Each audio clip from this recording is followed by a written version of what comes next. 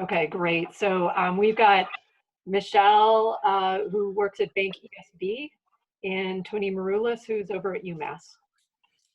So thank you. And then Rosemary, who is our program coordinator. So hi, everyone. So thank you both for getting on the call. We wanted to do a few things today. One is just give you an update on what we are doing as Leadership Pioneer Valley during the COVID and how we're responding to that and have made changes to our programming. We want to go through our curriculum to date and what we've covered and what we will cover in the next few weeks. We'll talk about our leadership learning labs. And then I just want to have a short discussion since there's only 2 of you on today, but looking at, you know, we're thinking about the fall in our next class and knowing that we're still in unprecedented times and trying to figure out what our pivots are as an organization and what your needs are. So just wanted to have a preliminary, get your feedback from that. So I'm just going to share my presentation here. Okay.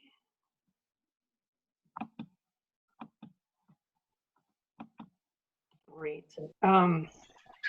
So we've adapted some virtual norms that we use with our class. So those include making sure that we turn our video on, that we ask people to be engaged, present, and active. Come as you are, which I definitely appreciate that people's pets are on my phone calls and that we don't feel like we have to clean up our dishes or anything like that. Using mute button to prevent transmission of background noises when needed. And then when you need to get our attention, please speak up or use a virtual hand raising. And Rosemary will be looking out for virtual hand raisings if I've got the screen on, so when I can't see it. Okay. Oh, there we go. All right. So I just went over our agenda for today, so there it is. So these are our virtual convening principles for the program since COVID. So we've really emphasized with the class and with everybody that none of us signed up for this. This is, you know, not how any of us want to be doing our business. We haven't signed up for sickness, for social distancing, or all the stress that's going on with this. This has been a sudden halt of our collective lives, and seeing where that fallout is really tough. And as LPV, we did not sign up for facilitating virtually. We didn't sign up for participating at home or for mastering new technology, but that's where we are. So as an organization, we will remain human-centered. We're prioritizing supporting each other and the program as whole human beings. And we're looking for the easiest solutions and ways that we can share resources and communications clearly. We know that we can and we will continue our mission virtually, so we have made those steps already. And recognizing that our shared experiences aren't possible, but we're working to create emotionally engaging virtual spaces with the class and have been successful so far in doing that and will continue to do so. We know that some of the expectations are no longer reasonable and that we'll work to continue to surpass the expectations of the class, but that some of the objectives are shifting and we're shifting as we go, that we're being flexible. And we're drawing upon our positive leadership principles in this time of crisis. Those are authenticity, purpose, resilience, and gratitude. So as we've done this, you know, we're adapting and adjusting our expectations. So we're all learning technology together. Availability is changing. And I think in the beginning parts of this crisis, everybody looked at their calendars and all of a sudden it was like completely empty. Like, oh my gosh, I don't have anything on I don't have any meetings scheduled. And, you know, 2 weeks into it, people are Zoomed over their heads, as well as people who are managing, taking care of their kids, people who, we have participants who work for the hospitals, so, or for direct care organizations. So their availability has changed in a huge way. We're looking at how we provide well-being, and that's a tough one. Best practices. So we've been fortunate to be part of a larger leadership network, and are gleaning a lot of best practices for moving virtually, that we're moving over. And then we're designing the work that we do, based on the new formats and not trying to do things the same way. And we're really rethinking everything, and encouraging our participants to remember that we're all at different starting is in this, and we're going to do our best based on our experience, skill sets, and where we are. So that's how we're adjusting our expectations. So what does that mean?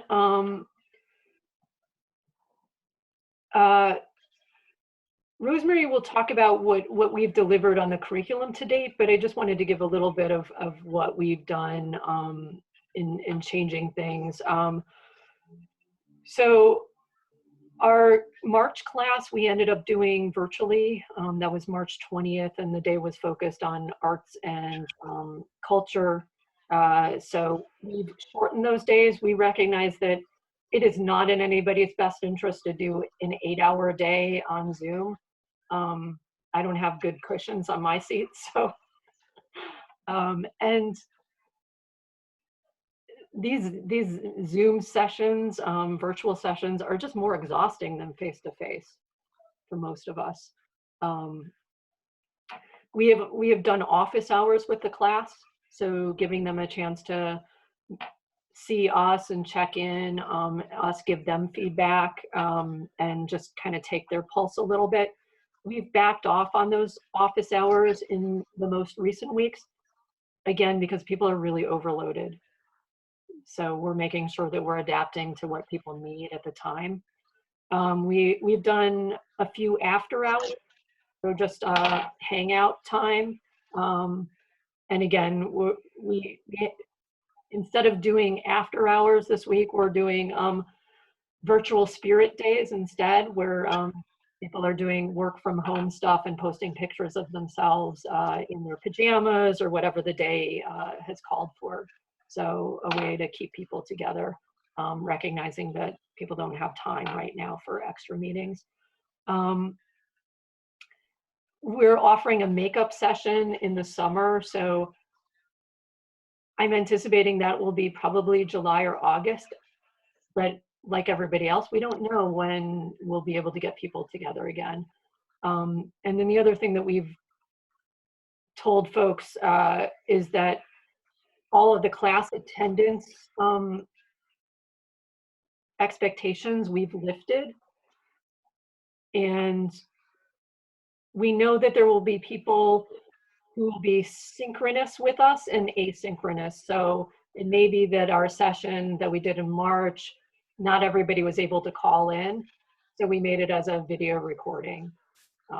So, you know, I know that we're here, we don't want an LPV to be adding to people's stress, but we want it to be adding to their resiliency as leaders and their leadership development. So really thinking about how we do that in a way that works.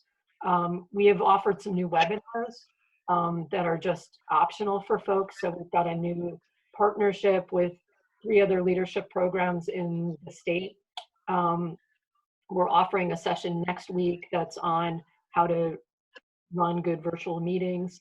So we'll be doing some best practices, but again, we're looking at what people need and being able to pivot a little bit.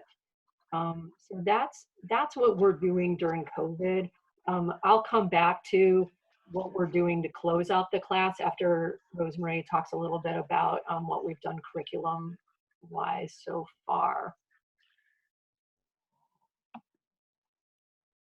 Yeah, so thanks for that recap. So we held 2 sessions in January. One of them was optional, but we had at least one member for each team be present because they were going to be presenting their project ideas to a team that would be giving them feedback.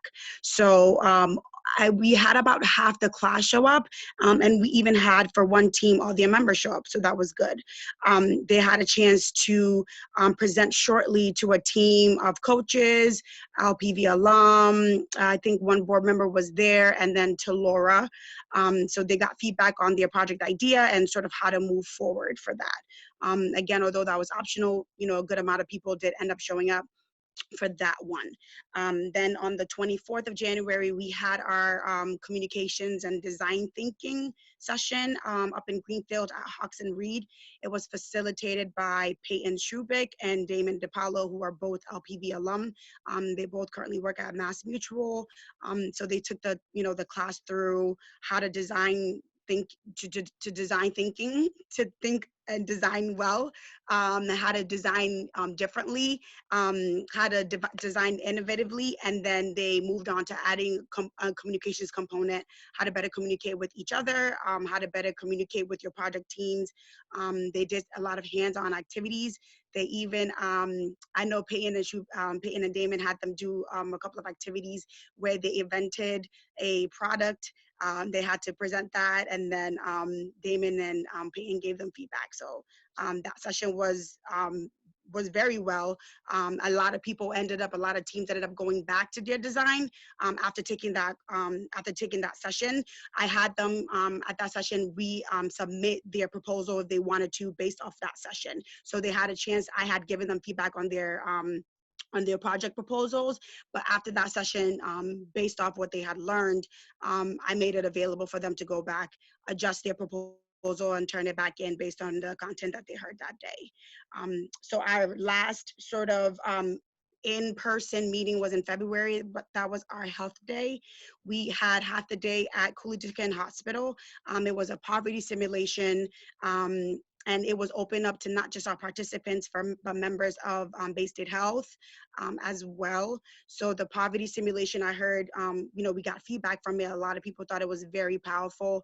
It gave them an opportunity to really feel how it would be if you were living in poverty and you were living on paycheck to paycheck, and how it would feel like to have kids that you have to take care of, and you don't have any babysitters, or you have elderly people you're taking care of. So it was definitely an eye-opening experience for them. We even had Senator Jo Comerford come and speak as well, and she sort of tied in a lot of what her bills are proposing. And she even thought about doing it at the State House. So we thought that day was very powerful. We ended the day at Tech Spring, where half of the day was talking about health and innovation. So we sort of pivoted a little bit, and we had the participants hear a little bit about the innovations that are occurring in the health field. We had Pedro Alvarez from Tapestry Health. We had Jesse Chalmers from Tech Spring. We also had Dr. Eve Solomon Fernandez from GCC, and then Sunita Hudson from the Public Health Institute of Western Mass. So they were on the panel, and they sort of talked about some of the innovations that they see, and sort of the innovations that are happening in the healthcare system. And then again, like Laura said, after that, we transitioned to a virtual platform for our March Arts and Culture, and I know Tony helped with that as well. So we really appreciate that. It was, very short, an hour and a half. We had we had, Marla Shalasky, Emily Riddick from Mass Creative, and then Karen Finn from Springfield Central Cultural District.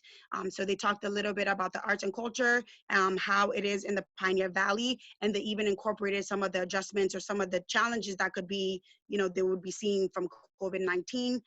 So it was a nice way to tie in the arts and culture, but also sort of bring it back to what was currently happening while we were online, but then also how artists and individual artists and companies and organizations would have to pivot based off COVID-19 and how sort of that sector would be impacted by what was going on. So that was very interesting because it was real time. A lot of what Karen Finn was talking about and Emily Woodard was talking about live in action, what sort of impact that we're seeing in the moment, based off, not being able to gather together, not being able to even perform or, be in big crowds. So it was very eye-opening. It was very interesting, and it kind of fit in with the real time of what was happening. So upcoming in April 24th, we had scheduled for our negotiation session. We still will be doing that, but we will be offering it virtually.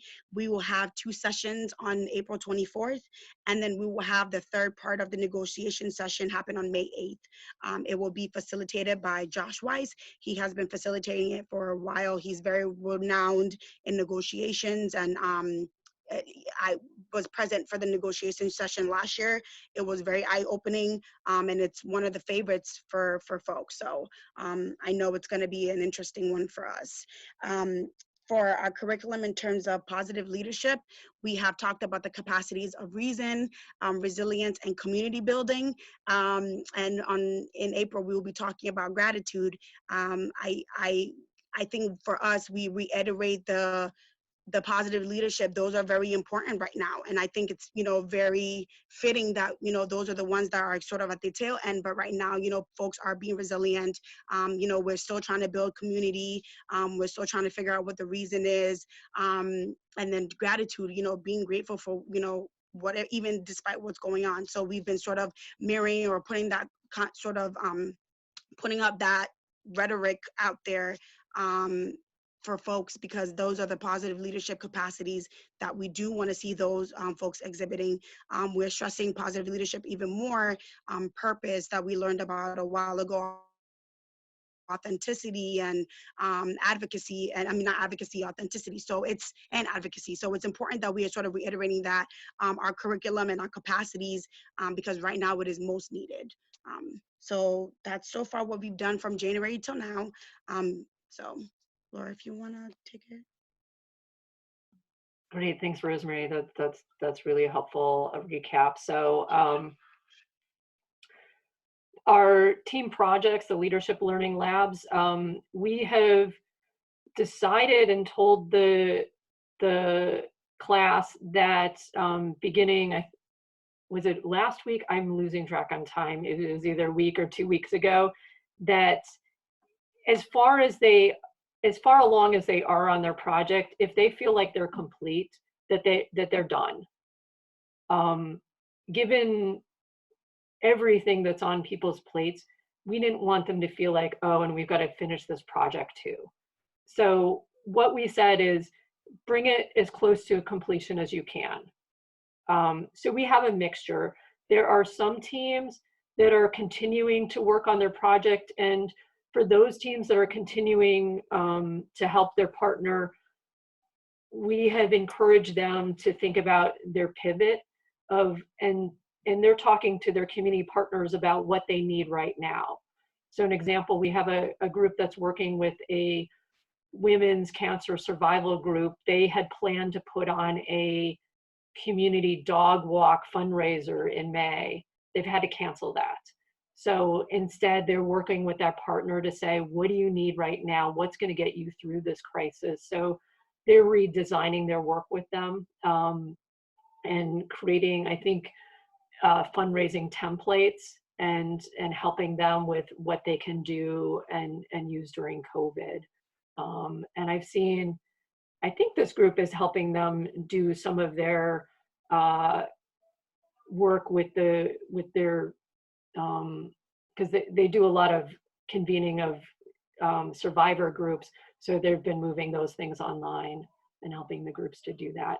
So there's kind of a range between the different teams of some are going to keep working on their project and others say it's complete where it is right now. The other thing that has emerged from this is that there are a number of participants who are doing a class-wide project responding to COVID. So this is optional, but right now about 10 out of the 33 are working with elder services in Springfield to help with social isolation of elders. There's more than 1,000 elders on their list. And some of the ideas that they have, they're going to be working with Focus Springfield to create some video programming. And they may be doing some letters of encouragement and working. I have 4 people in this year's class who work for Springfield Public Schools. So there may be an opportunity also with the Boys and Girls Club for kids doing some cards and things for the seniors. But one of the ideas that I really like, somebody reached out to one of her yoga instructors, so they're putting together a chair yoga session for the elders. So that should be awesome. So what we're working on figuring out, and it's still a little bit in progress, is how they finish up their team project. So ordinarily, they would do a 5-page report, which we'll be having them do, and they're already working on, I've seen on our online classroom. And then they usually do the big community presentations. So that's a 10-minute presentation at the graduation. We're trying not to pile extra things on. So we originally were like, well, we could do it as a video, but it is, then it's like, oh, do we have to like become videographers that they splice together, each person's individual videos, which I know a lot of people are learning how to do right now, but I'd rather have them, your person helping with UMass graduation and your person helping with banking than figuring out video technology. So I was planning to do a little poll since there's only 2 of you. I don't think we need to do a poll, but we're going to do the May 8th session that I mentioned. We're going to, in the morning, do 90 minutes of negotiations. In the afternoon, we'll be doing some class wrap up. So each person is doing a personal leadership plan that they've been working on all year. We started doing this last year, asking people to share a piece of their plan that they've worked towards and some of the learning in doing that. So we'll still have them do that. But what we're trying to figure out is if that's the right time to ask each team to do a 5-minute presentation via Zoom, and whether or not that's something that you as employers could then call into that portion. So I guess the things that I would love your feedback is, what are the things that you want to see that, because we know that they've made it like 2/3 of the class with regular programming. And I know this seems like we've been in this COVID for months and months and months. So a lot of the learning has already taken place, but we want you walking away knowing that they have achieved things and something to show for it. So we can definitely provide you with the reports from the team projects, which we haven't done in the past, but we're happy to do that. So you can take a look at that. But yeah, so I just wanted to see, Tony, Michelle, if you have any thoughts on, would you want to call into a Zoom call? Are there other ideas? Should we have them do presentations? Should we scrap it? And you can type in the chat if you don't want to be muted. So Laura, I think, I mentioned some of the stuff. We talked about this at our last meeting when we were talking about what, kind of a commencement ceremony would look like. It certainly would be good to get a sense, just at least for the participants themselves, that sense of finality that they have accomplished. I think it's more important for them than I feel it is for me. Although I'd love to participate in some way. If it's not on May 8th, that's fine, because we're likely going to have a virtual something from, for graduation for UMass. So if it's delayed, that's fine. But if it's May 8th, I totally understand it. Yeah, I think it's really important for the participants of this year's class to have something. And I'd love to see the end result, because I'm curious, because I know that this is only one part of their leadership journey. I don't expect it to be finished, and this year particularly, I don't know if it really can be. But where are they now, I think would be great to see and experience in some way.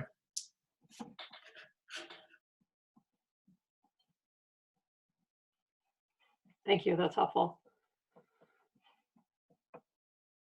Michelle, do you have thoughts on what you'd be looking for, or what's helpful to you?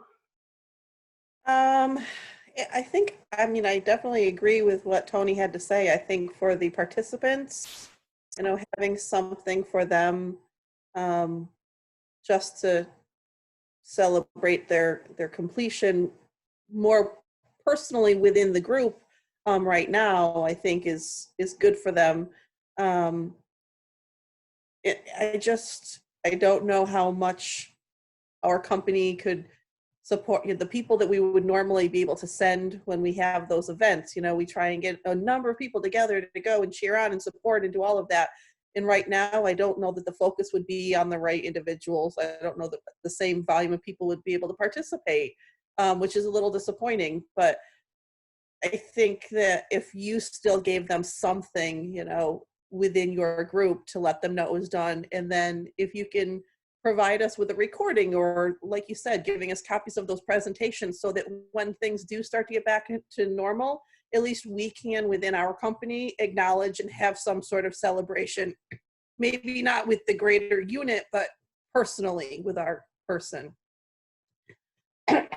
Or, even if it was bringing it all back together next year when you start the next group, if your kickoff was also a wrap up. But I know that makes the gathering that much larger, full of people. But, if you really wanted to find a way to do it, maybe it's just doing it then. Great, that's helpful. We are talking about at a regularly scheduled event, incorporating the graduation into that. And we are all, beyond the kind of virtual gathering that we'll be doing for them to the learning closeout, we are planning a graduation event that is social distanced for May 20th. And we'll have more details. So one idea, which I'm really liking right now, is a drive-in style. So we're going to look into whether or not we can project on us somewhere in a parking lot, whether it's a Northfield drive-in or elsewhere, and have people in their cars, and we can honk and project some videos and show some video coverage, and hopefully maybe one or two folks from any of your companies would be able to take an hour break, so that it's not a long thing, but a good break for the day. Because we recognize that the people are just missing seeing each other. And so how we can support that is really important. So we will, to be determined, stay tuned. I really appreciate that the class has been really flexible and patient with us, because as you both know, you all know, like, what seems like a good idea this week is different than last week, is different than the day before. So we're trying to keep up with changing circumstances the best that we can. The last thing that we're going to be planning to do is a larger community-wide Zoom convening with some of our stakeholders, including our larger board and employers, thinking about the fall and participation in the next class of LPV. I see some leadership programs are going on as scheduled with no changes, and assuming that everything's going to be good in the fall. And I really want to take the pulse of people, because I know this is going to impact, finances, people's time, and what you might need from us might not be a 9-month program. So we definitely want to get some good ideas of what are some of the leadership needs, and how can LPV fill those, and maybe just in thinking about adaptive leadership and how all of our companies get back on our feet. So I don't know what it looks like, which is really scary for us as an organization. But we definitely want to get a sense of, like, if we were to have a 9-month program, is that something that you'd be thinking you want to do? Is what we do needed? And what do you need?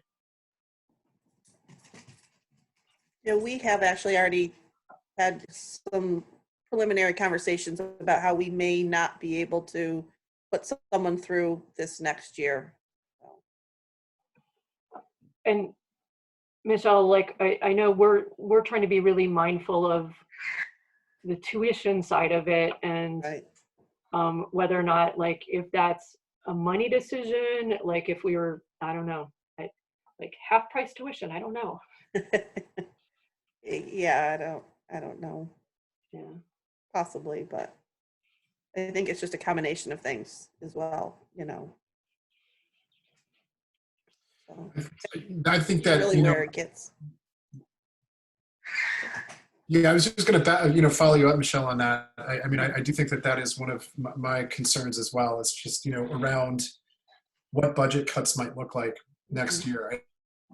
I don't think that we, I know that they're coming. I don't think that we know what they are. And, how that might affect any kind of participation, it's still something that we have to think about. And so that is a concern. And I do think that, I think your question, Laura, about what role will LPV be able to